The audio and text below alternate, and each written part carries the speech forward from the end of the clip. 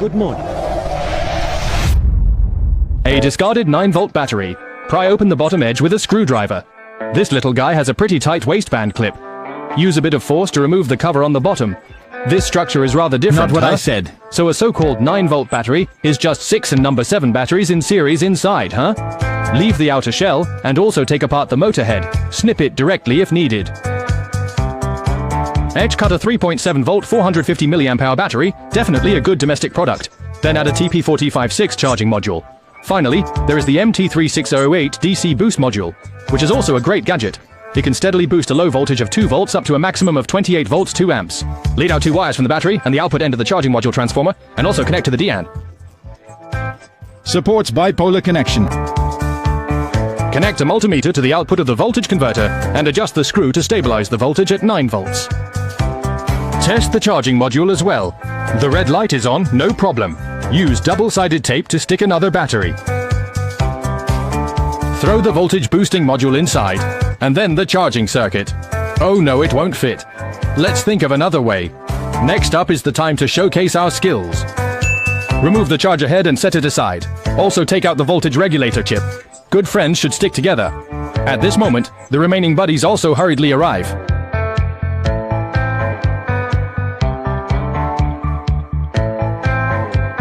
Connect the output wires according to the circuit diagram, and our integrated charging module is complete. Isn't this thing amazing? Plug in the charger, and the light turns on perfectly. Mark the spot, and use a knife to trace along the mold. Slowly grind with the wrong knife. Just right. Connect the motor head with 2 wires, insert from the back into the battery box, then place 2 female batteries. Insert the charging module into the reserved spot, and apply a little AB adhesive. Drip into the battery box to fix the circuit board. The output of the piezoelectric circuit module is useless, so we removed it and installed the micro switch in its original position. Peel off the lining of the circuit board and connect it with a wire to the circuit board. This way, we can control the power switch. Connect the voltage converter's output to the battery electrode plate. Use PVC stickers for insulation protection and insert it directly into the battery box. Connect the battery's 2 poles in series to the output end of the voltage converter. Adjust the position of each part. Aside from the switch head, ensure all circuits fit into the battery box. Use heated hot glue to fill the gaps for insulation and fixing. Carve a hole in the battery PDR to leave space for the switch.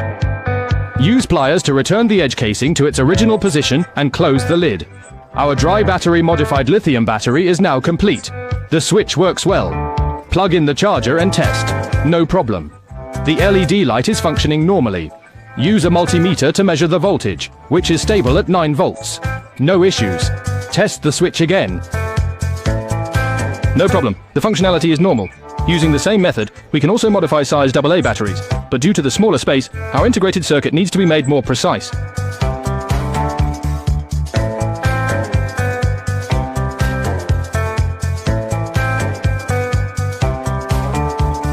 Our technical output still counts all the components. The battery box is just this time choosing to compensate for gaps with surrounding values. After sealing, put it in a small alarm clock. No problem, it works normally. How about these little gadgets? Do you love them?